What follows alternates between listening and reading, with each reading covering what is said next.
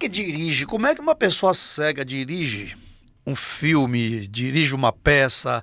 Aliás, você até dirigiu uma peça do nosso querido Adriano Big, né? Que é o nosso produtor, nosso mentor, nosso guru. Adriano Big é o cara, é uma das pessoas mais cultas que eu já conheci ultimamente, tá? E você me parece que dirigiu uma peça dele, ou foi um filme, alguma coisa? Com Big eu só faço aprender, velho, porque o talento...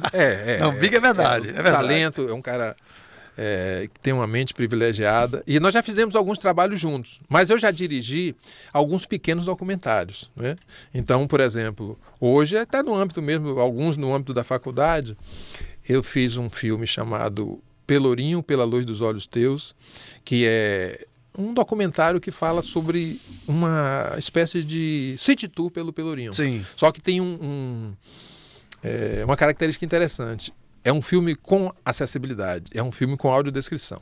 Então você vai caminhando pelo Pelourinho e a audiodescritora vai dizendo: aqui nós estamos diante da Catedral Basílica de Salvador, é uma construção tal, do século tal.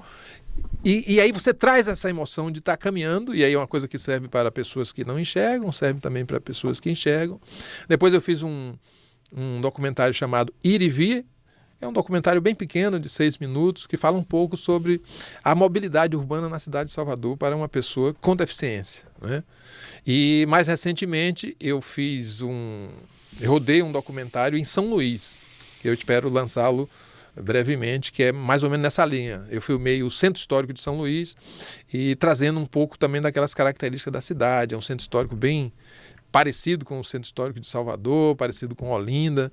E eu estou caminhando por isso aí, trazendo um pouco, né, do patrimônio cultural, do turismo, sempre ainda, Ailson, de maneira independente ainda, né? Quer dizer, e isso é ruim, quer dizer, de um lado é bom porque você tem independência, tem liberdade para trabalhar, mas você fica com a dependência financeira, você não tem recursos para bancar. Então, chega um momento que o dinheiro acaba, né?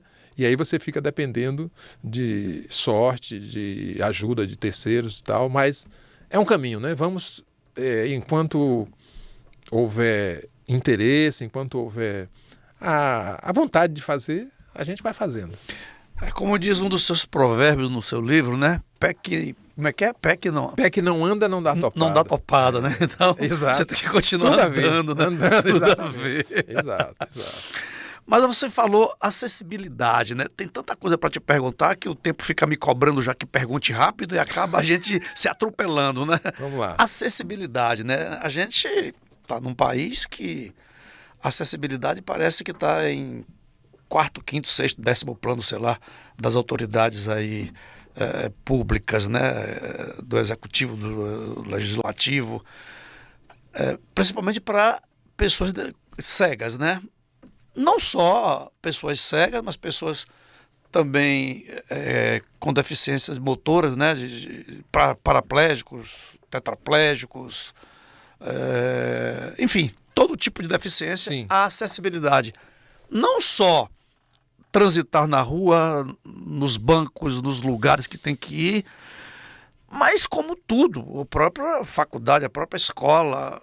Me fala um pouco aí dessa acessibilidade, como é que você vê e o que fazer para que a gente possa falar com essas autoridades que dê uma atenção maior. A acessibilidade é como se fosse o direito de ir e vir, né? Sim.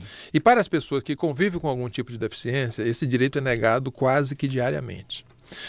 Nós temos uma legislação favorável que determina todos os parâmetros de acessibilidade, mas se a gente não muda a mentalidade das pessoas, dos gestores, das gestoras, não basta ter a lei. É preciso mudar essa mentalidade. Então, em primeiro lugar, a gente precisa construir com acessibilidade. A gente ainda vê equipamentos, edificações que são construídos sem acessibilidade. E isso aí é uma violação de direitos de pelo menos 30, 40 anos. Isso aí está na legislação. E outra coisa que eu penso que é importante é a informação. É preciso compreender que uma pessoa em cadeira de rodas precisa de uma rota acessível, né? Uma escada apenas é uma barreira para quem se locomove em cadeira de rodas. É uma barreira para quem tem uma idade já mais avançada, né? Então a acessibilidade é um conjunto de condições que permitem que eu, você e todo mundo possa usufruir da vida. Ir ao teatro, ir ao cinema, ir trabalhar, tomar um ônibus. Então eu penso que a gente precisa, primeiro, cumprir a lei, segundo, a gente precisa informar a sociedade da importância. Então, você caminha por uma avenida como a Avenida 7 e lá você encontra várias barreiras. Às vezes é um carrinho de cachorro-quente, às vezes é um camelô, às vezes é a própria pessoa que para no meio da calçada. Então, vamos lembrar que calçada é para se caminhar. Banco de jardim é para bater papo. Concorda? Claro que sim, número, gênero e grau. Isso é tão profundo, meu caro Sacramento, que a gente vê, por exemplo, nos próprios estacionamentos, né, de shopping, de qualquer tipo de estacionamento, as vagas, né, que são destinadas para pessoas com deficiência, né? Sim. E tem lá muita gente estacionada que não respeita. Vaga do idoso, eu vejo muito estacionamento ser um cartãozinho que é de idoso. Vaga para pessoa com deficiência de locomoção. Vagas para gestante, até que não é uma deficiência, mas é uma situação. Né? Enfim, é um estado que necessita de cuidados. Então, Sim. É cultural. Eu estou falando sobretudo da Bahia, onde eu vivo, em Salvador. Eu vejo essas coisas. Eu acho que isso deveria ser E antes de mais nada... um ensino, uma coisa que devia... conscientização das pessoas. Nosso podcast contribui muito com isso. Não é? A partir do momento que as pessoas estão nos acompanhando, a partir do momento em que essa voz ressoa lá fora, a pessoa toma um pouco mais de consciência. Essa é a nossa esperança. Mas esse... Edson, essa é uma tarefa de todos nós. Né? Você tem que ter a gestão pública executando e fiscalizando. Você tem que ter, como você trouxe mesmo, as pessoas ter essa consciência, né? No trânsito, no estacionamento, perceber que não é, por exemplo, uma pessoa em cadeira de rodas para sair de um bairro como Cajazeiras para ir para o Farol da Barra, não tem as mesmas condições de uma pessoa que não usa cadeira de rodas. Isso até é simplório, isso, mas é necessário. Então é preciso ter essa consciência, é preciso, quando nós utilizamos a prioridade, não é algo, não é uma benesse. A prioridade é uma garantia de direitos que você está como se fosse compensando, né, aquela barreira que a pessoa tem para se deslocar. Exatamente. Você foi muito feliz nessa colocação. É uma compensação, sim, para a gente superar, né, aquela barreira que o deficiente traz. Vamos fazer umas perguntas para você que eu tinha e tenho curiosidade, assim como a população toda, né, tem certas curiosidades, né? Uma pessoa cega, ela se locomove sozinha nas ruas. Eu queria que você contasse alguns fatos inusitados que houve com você. Por exemplo, você está sozinho em um restaurante, num bar, em qualquer local público e as pessoas acharem que você sei lá, não tem condição de estar ali, porque está ali. É incrível você estar ali sozinho. Conta alguma passagem dessa. Olha, você tocou num assunto interessante. Em termos de restaurante, eu já aprendi a tomar cuidado com as palavras que eu utilizo. Recentemente eu fui num restaurante, aí decidi um táxi, entrei, aí estava querendo uma mesa. Aí eu usei uma palavra, Ailson, por favor, me ajude a... Quando eu disse me ajude a... Eu ia dizer a chegar numa mesa, aí o rapaz disse, olha, nós não damos refeição aqui, o gerente não permite que a gente dê refeição. Que coisa, hein? Quer dizer, de antemão... Aquele atendente, eu não sei se era um segurança ou se era já um garçom, ele é o preconceito, né? É o capacitismo que a gente chama. Então, foi uma pessoa cega batendo ali naquela porta, não é um cliente. Está pedindo esmola. Está pedindo esmola. Essa é uma questão que a gente tem que combater a cada dia. Né? Existem pessoas com deficiência que não têm condições de entrar num restaurante, por exemplo, mas isso não quer dizer que todas as pessoas sejam assim. Não? Então, primeiro é mudar a mentalidade. Segundo, às vezes, você vê pela cidade um recurso de acessibilidade chamado piso tátil. O piso tátil é uma faixa que permite, que orienta uma pessoa cega a caminhar sem obstáculos. E muitas vezes os pisos táteis são instalados nas ruas sem qualquer critério. E às vezes você tem um piso tátil que vai dar num poste. Você tem um piso tátil que vai dar num muro. Sem nenhuma sinalização. O que quer dizer isso? Que você tem a legislação, você tem o suporte técnico ali, que é o recurso de acessibilidade, mas alguém colocou errado. Gente do céu, como é que tem uma pista tátil, um piso tátil, justamente para facilitar e esbarra no poste, esbarra no muro? É a mentalidade, as pessoas não se dão conta daquilo. Não se dão conta daquilo. Então, é preciso mexer com isso, é preciso mexer com a cabeça das pessoas e aprender a respeitar, né? Porque a gente vem de um histórico, Ailson, que essas pessoas não andavam na rua. ou se andavam andavam para pedir esmolas, para ter aquele tratamento assistencialista.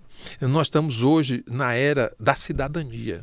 É claro que tardia, né? Porque, né, nós somos cidadãos desde que nascemos, mas as pessoas com deficiência quase sempre são tratadas assim, né? Com um capacitismo, que é assim, puxa, por que é que você vai a um banco? O que é que você quer aqui no estádio de futebol? Quer dizer, ainda ouvimos isso. Não quer dizer que seja por parte da maioria das pessoas. As pessoas quase sempre nos tratam com respeito, com dignidade, nos ajudam, mas não é todo mundo. Ailson. Existe aí uma grande diferença, meu caro Sacramento, o seguinte, eu vejo em muitas oportunidades cegos nas ruas para atravessar, por exemplo, uma rua, né? Tem um semáforo e as pessoas têm... essas pessoas, algumas, ajudam esses cegos, não com a questão da cidadania, mas com dó, com piedade. Não deve... deve acontecer assim, ó, coitado, um ceguinho, como eles falam, né? Desculpa o termo, sim, né? Sim, mas Gente, o cego ele só tem deficiência visual. E vamos sair do restaurante para uma lanchonete. Eu tive numa lanchonete recentemente, em que quando eu cheguei no balcão, que abordei e dei boa tarde ao rapaz e disse o que eu queria, ele, eu admito que ele tenha regalado os olhos. Boa tarde, o senhor está aqui sozinho? Como deixar o senhor vir aqui sozinho? Você veja a mentalidade desse homem. Quer dizer, ele estava imbuído das melhores intenções, de me tratar bem e tal, mas aí ele usou do capacitismo. O que quer dizer isso? Não, uma pessoa cega não anda sozinha. Uma pessoa cega não tem condições de pedir um lanche numa lanchonete. Tinha que vir com alguém. E eu, particularmente, não precisaria de uma pessoa para me ajudar a pedir um lanche numa lanchonete. Claro que não. Então são essas questões que a gente precisa mudar a mentalidade, né? Mas no dia a dia a maioria das pessoas ajuda normalmente. Claro que a gente não sabe exatamente se ao final da tarefa, se a pessoa diz assim, poxa, ajudei um colega ali a ir para o seu destino. Ou então se a pessoa pensou assim, meu Deus do céu, olha, livrei a pessoa cega de um perigo e tal. Mas aos poucos a gente vai acabar com isso, viu, Ailson? Tomara que acabe, né? Porque está demorando muito, né? Ailson Lino convida.